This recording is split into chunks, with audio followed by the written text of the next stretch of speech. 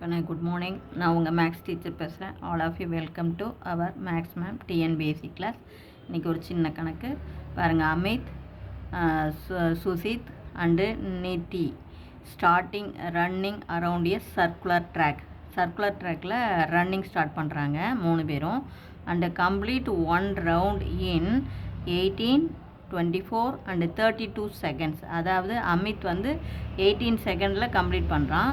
அதே சுஜித் வந்து 24 செகண்டு, நீட்டி வந்து 32 செகண்டில் அந்த ரவுண்டை கம்ப்ளீட் பண்ணுறாங்க. In how many second will the 3 meet again? ஏன்னா அப்போ எத்தனை செகண்ட் கழித்து 3 பேரும் மீட் பண்ணுவாங்க அட் த ஸ்டார்டிங் பாயிண்டில் எப்போ வந்து மீட் பண்ணுவாங்க?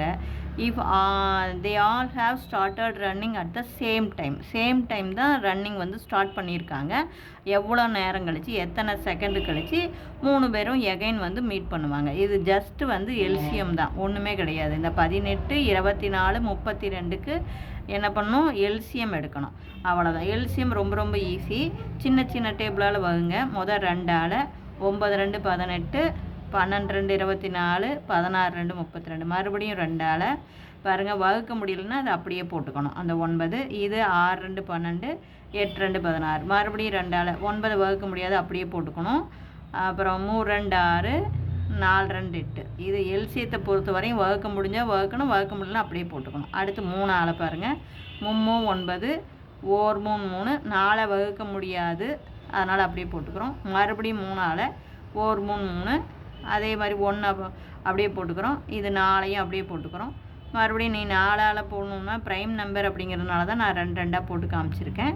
அப்போ 2ஆல் போட்டால் 2 2 4. இந்த 1 1 அப்படியே வரும். மறுபடியும் 2ஆல் போட்டால் அப்படி கடைசி 1 1 வர மாதிரி நிறுத்திக்கணும். அப்புறம் இதை கண்ட நம்பரால் நீங்கள் வகுக்கக்கூடாது. அப்போ எல்சியம் வந்து தப்பாயிரும். ஒன்லி ப்ரைம் நம்பரால் மட்டும் வகுங்க.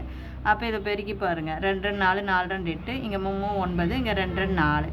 8 9 72, 72 4 வந்து 288 செகண்ட். அப்போ 288 செகண்டுக்கு அப்புறம் 3 பேரும் மீட் பண்ணுவாங்க. இவ்வளவு தான்.